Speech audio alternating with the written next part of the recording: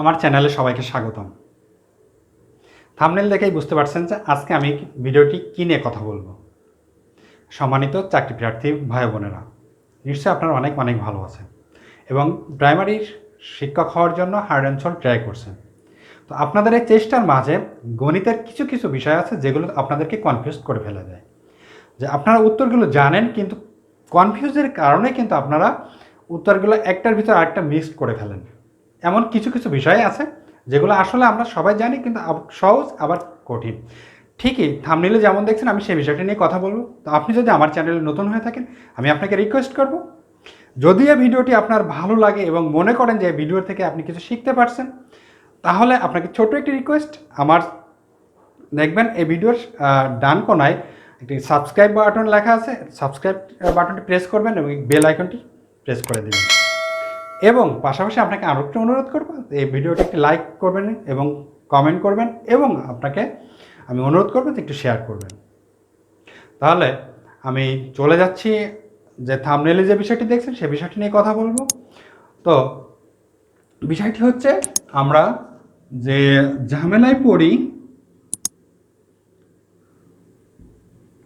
ত্রিভুজের একটি আছে, যে বিষয়টি সেটি হচ্ছে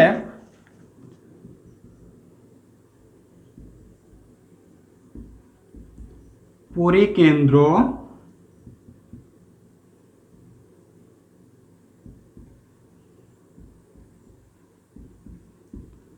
অন্তঃকেন্দ্র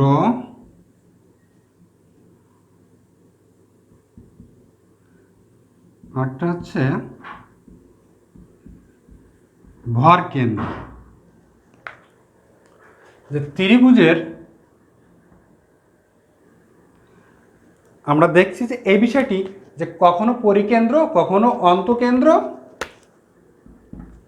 আবার কখনো ভর কেন্দ্র, এই যে তিন কেন্দ্র মিলে যে আমাদের ভিতর এমন কেন্দ্র করে ফেলা যে আমরা কোনটা উত্তর দিব কনফিউজড হয়ে যাই। ঘড়িতে তাকায় দেখাচ্ছে পরীক্ষার হলে সময় কম, আমাকে অ্যান্সার করতে হবে, আবার এত কেন্দ্রের ভিতরে সঠিক কেন্দ্র কোনটি এটি বাছাই করতে কিন্তু আমরাই কেন্দ্রীভূত হয়ে যাই। তো আমি আশা রাখি আমার এই ভিডিওটি আজকে দেখার পর থেকে এই তিনটি বিষয় আপনাদেরকে আর কখনো কনফিউজিং হতে হবে না, এটা আমার কনফিডেন্স। তো দেখতে থাকুন ভিডিওটি। আমি রিকোয়েস্ট করব ভিডিওটি স্কিপ করবেন না, ফুল ভিডিওটি আপনাকে দেখতে হবে। ভিডিওটি আমি বেশি দীর্ঘায়িত করব না, শুধুমাত্র আজকের এমন একটি শর্ট টেকনিক আপনাদেরকে দেখাবো এবং এই টেকনিকটি আপনাদের যদি ভালো লাগে কমেন্টে জানাবেন। আমি পরবর্তীতে এরকম ছোট ছোট আরও টিপস নিয়ে আপনাদের সামনে হাজির হওয়ার চেষ্টা করব। তো এই বিষয়টি আমি পরিষ্কার করার আগে আমি আপনাদেরকে ছোট একটি গল্প শোনাবো। তো আমি আশা রাখি এই গল্পটি আপনারা মনোযোগ সহকারে শুনবেন, তাহলে নিশ্চয়ই এই বিষয়টি আপনাদের কাছে অনেক পরিষ্কার হবে। তো শুরু করা যাক গল্পটি।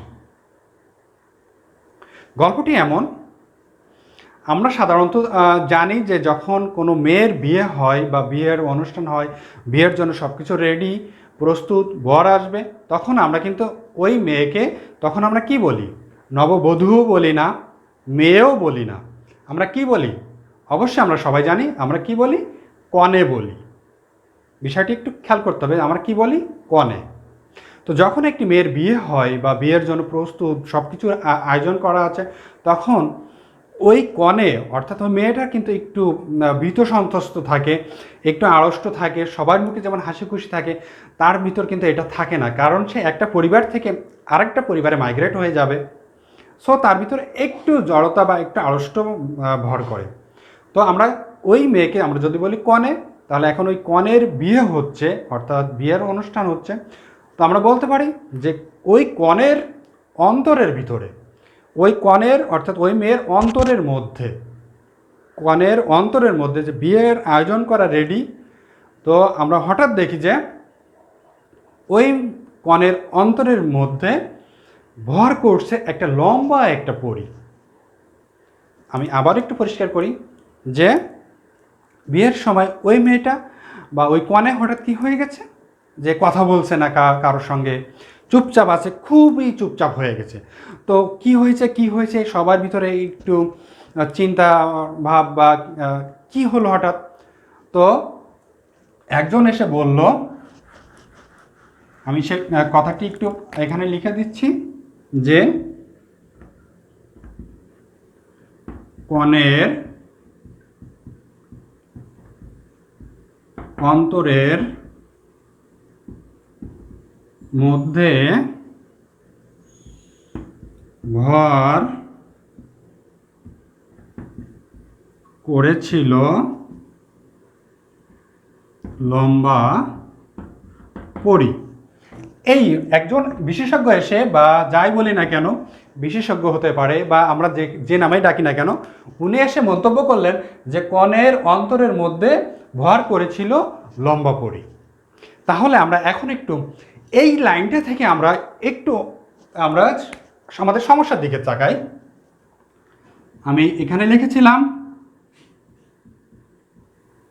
আমরা কি বলি অন্তকেন্দ্র, আর একটা লিখি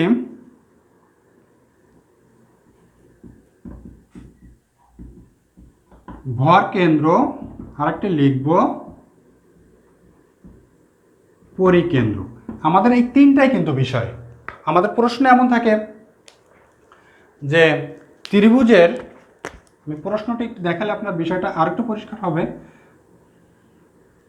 এটি ত্রিভুজ, কখনো বলে যে ত্রিভুজের এই কোণের ভিতর দিয়ে যদি বা কোণের দিয়ে যখন কোনো রেখা ছেদ করবে, এরকম একটি প্রশ্ন থাকে।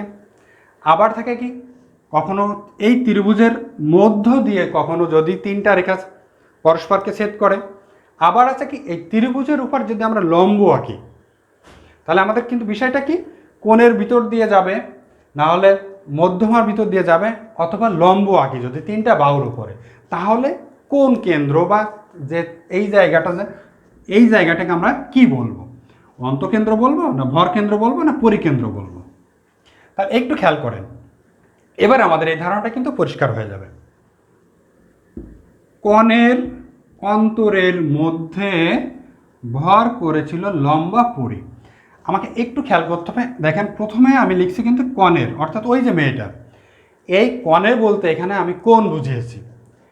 কণে বলতে আমরা বুঝিয়েছি কোণ। সো এই আমার ত্রিভুজের যদি এটা কোণ হয়, এই কোণ যখন ছেদ করবে, এই দেখেন কণের অন্তরের ভিতরে বলেছিলাম, কণের অন্তরের ভিতরে, তাহলে এটা হবে কিন্তু অন্তকেন্দ্র। আমার তার ভুল হওয়ার কথা না, যে কণের অন্তরের মধ্যে, তাহলে কণের যখন কোণ দিয়ে যাবে তখন হবে কি অন্তকেন্দ্র। Very good. এবার আসি আমরা, এবার কণের অন্তরের এটুকু আমরা একটু মুছে ফেলি, আরেকটি ত্রিভুজ আঁকাই। মধ্যে ভর এটুকু একটু খেয়াল করি যে মধ্যে ভর, দেখেন এই যে ভর কথাটা কিন্তু এখানে আছে, ভর। মধ্যে বলতে আমি বুঝিয়েছি মধ্যমা, অর্থাৎ এই বাহুটার মধ্যমা, অর্থাৎ মিডল পয়েন্ট। সো যখনই মধ্যমা হবে তখন আমরা বলবো অ্যাবসলিউটলি রাইট, ভর কেন্দ্র। আমার কাছে কিন্তু খুব মজা লেগেছে, কারণ বিষয়টি আমি নিজেই আবিষ্কার করেছি, আমি নিজেই মনে রাখার জন্য এই টেকনিকটি, এবং এটি আপনাদের সঙ্গে শেয়ার করছি জাস্ট। এবার আছে দেখেন ভর করেছিল, তাহলে কণের অন্তরের মধ্যে ভর করেছিল, কি ভর করেছিল লম্বা পরি, অনেক লম্বা পরি। দেখেন এখানে কিন্তু পরি কথাটা আছে এবং ছিল কি লম্বা পরি। আমি আরেকটি চিত্র আঁকাই। এখানে বিষয়টি আছে লম্ব আঁকতে হবে, আমাদের এখানে কি করতে হবে, লম্ব আঁকতে হবে। যখন লম্ব এরকম ছেদ করবে তখন কি হবে, আপনারা নিশ্চয়ই এতক্ষণে বুঝে গেছেন, পরিকেন্দ্র। এটি ছিল আমার গল্প, এবং অন্তকেন্দ্র, ভর কেন্দ্র এবং পরিকেন্দ্র বিষয়ে কনফিউজিং এত কেন্দ্র নিয়ে কিন্তু আপনাদের আর কেন্দ্রভূত হওয়ার কোনো সুযোগ থাকবে না। তাহলে আমি আপনাদেরকে বলবো যে এই গল্পটি অবশ্যই একটু মনে রাখবেন নিজের মতো করে। কণের অন্তরের মধ্যে ভর পড়েছিল লম্বা পরি। তাহলে দেখেন এখানে অন্তকেন্দ্র আছে, এখানে মধ্যমা দিয়ে আছে ভর কেন্দ্র, আর লম্ব দিয়ে আছে পরিকেন্দ্র। আশা রাখি টেকনিকটি আপনাদেরকে ভালো লেগেছে। আপনারা যারা পারেন তারা তো অবশ্যই পারেন, আর যাদের একটু কনফিউজিং হয় তাদের জন্য আমি মনে করি ভিডিওটি অনেক উপকারে লাগবে। তো আমি আপনাকে অনুরোধ করব, এই ভিডিওটি যদি আপনার ভালো লেগে থাকে, আপনার যদি উপকারে আসে, তাহলে অবশ্যই আমার চ্যানেলটি সাবস্ক্রাইব করবেন এবং এই ভিডিওটি শেয়ার করবেন। তো আপনাদের কমেন্ট এবং আপনাদের চাওয়া পাওয়ার যদি আমি মনে করি যে না আপনারা অনেক কিছু চাচ্ছেন, তাহলে আমি নেক্সট ভিডিওটি তৈরি করব। এরকম ছোট ছোট অনেক টেকনিক আমি জানাবো, গণিতের উপরে জানাবো, ইংরেজির উপরে জানাবো, সাধারণ জ্ঞানের উপরে জানাবো, এবং আপনাদের চাহিদা অনুযায়ী বলবেন, আমি চেষ্টা করব। তো আসলে চেষ্টা করার বিভিন্ন ওয়ে আছে, কিন্তু আপনাকে দেখতে হবে আপনি কতটুকু চেষ্টা করলেন এবং কতটুকু আউটপুট পেলেন। আপনার চেষ্টা করতে হবে, করবেন, কিন্তু আউটপুটটা যেন বেশি হয়, এজন্য আপনাকে একটু টেকনিকে এগোতে হবে। সাধারণ ওয়েতে যদি আপনি চলেন তাহলে কিন্তু আপনি সবার সঙ্গে তাল মিলাতে পারবেন না, আপনাকে অবশ্যই একটু এক্সেপশনাল ওয়েতে যেতে হবে। তো thank you so much for staying with me, thank you so much for watching my video. ভালো থাকবেন এবং আমি আশা রাখি হার্ড অ্যান্ড সোল ট্রাই করবেন এবং যে কাঙ্ক্ষিত চাকরিটি আপনারা লক্ষ্যে পৌঁছে যান, এবং সবাই মিলে আমরা বাংলাদেশ প্রাথমিক বিদ্যালয়ের মানসম্মত প্রাথমিক শিক্ষা ডিজিটাল বাংলাদেশ গড়ার যে লক্ষ্য, এটা বাস্তবায়ন করব।